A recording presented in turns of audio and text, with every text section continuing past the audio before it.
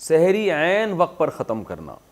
اگر روزہ 4:42 پر بند کیا اور 4:42 پر ہی فجر کی اذان بھی ہوئی تو کیا روزہ ہو گیا یا نہیں؟ نیز کیا اذان کے شروع تک سحری کھائی جا سکتی ہے؟ اس سے روزہ صحیح ہوگا.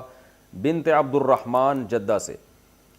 اگر جی 4:42 پہ روزہ بند ہو رہا ہے تو بہتر یہ ہے، احتیاط یہ ہے کہ 4:41 پہ آپ بند کر لیں 1 منٹ پہلے.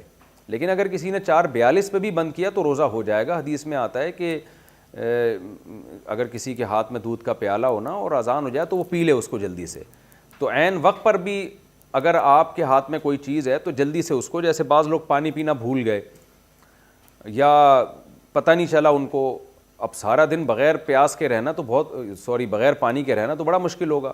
تو آپ نے ٹائم دیکھا 4:42 ہو رہے ہیں، تو احتیاط تو یہی تھی کہ یہ سب چیزوں سے پہلے فارغ ہو جاتے. تو لیکن شریعت نے آپ کو اجازت دی ہے جلدی جلدی آپ پانی پی کے اپنی پیاس بجھا لیں آپ، لیکن اسپیڈ تھوڑی سی بڑھا لیں، آپ مزید تاخیر نہ کریں کیونکہ بالکل عین وقت پر آپ جو ہے نا سحری ختم ہونے کے عین ٹائم پر ہیں.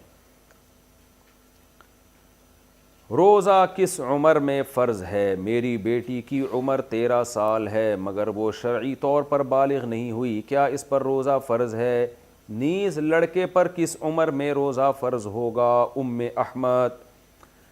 لڑکی اگر 13 سال کی ہے اور اس کو مینسز آنا اگر شروع نہیں ہوئے ابھی تک تو اس پہ روزہ فرض نہیں ہے.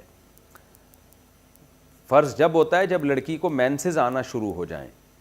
اسی طرح لڑکے کو اگر نائٹ فال ہونا شروع ہو جائے تو جب فرسٹ ٹائم نائٹ فال ہوگا، احتلام ہوگا، تو اس پہ روزہ فرض ہو جائے گا.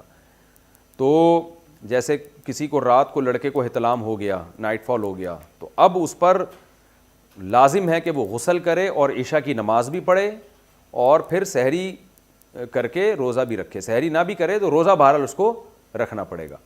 بلکہ اگر کوئی لڑکا بالغ ہوا ایسے ٹائم پہ کہ روزے کا وقت شروع ہو چکا تھا، مثال کے طور پر 4:30 بجے سحری کا ٹائم ختم ہو رہا ہے، تو کوئی نوجوان 4:30 بجے کے بعد اس کو نائٹ فال ہوا، احتلام ہوا، تو اس نے تو روزہ نہیں رکھا تھا، یہ یا اس کے والدین نے نہیں رکھوایا یہ کہہ کے کہ یہ بچہ ابھی نابالغ ہے.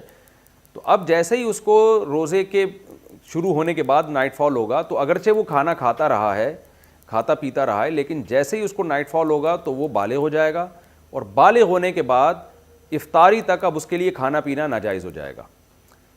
تو گو کہ اس کا روزہ نہیں ہے لیکن پھر بھی اس کو روزے داروں کی طرح اس پر رہنا لازم ہو جائے گا. یہ بالکل ایسے ہے جیسے کوئی غیر مسلم اگر دن میں مسلمان ہوتا ہے رمضان میں، تو اگرچہ اس کا روزہ نہیں تھا، وہ کھا پی رہا تھا، لیکن جیسے اسلام قبول کرے گا تو اب اس پر لازم ہو جائے گا کہ وہ روزے داروں کی طرح رہے. وہ تو ٹھیک ہے روزہ تو نہیں ہے اس کا، لیکن روزے داروں کی طرح اس کو رہنا لازم ہو جائے گا.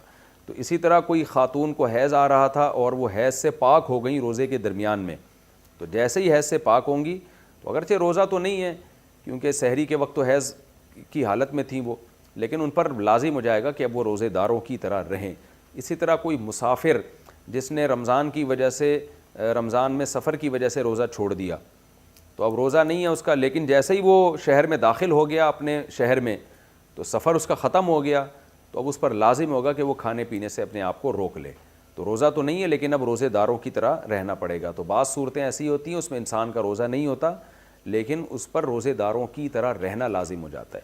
تو آپ کا جو سوال ہے میں اس کو دوبارہ ریپیٹ کر دیتا ہوں جواب کو، کہ بچی 13 سال کی ہے، اس کو مینسز شروع نہیں ہوئے تو اس پر روزے واجب نہیں ہیں.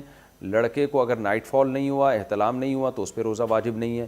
البتہ لڑکی یا لڑکا جب 15 سال کے ہو جائیں تو پھر بہرحال بالغ ہی شمار ہوں گے، چاہے لڑکی کو مینسز آئیں یا نہ آئیں، لڑکے کو نائٹ فال ہو یا نہ ہو. 15 سال میں بہرحال وہ بالغ ہو جاتے ہیں اور روزے اور نماز فرض ہو جاتی ہے.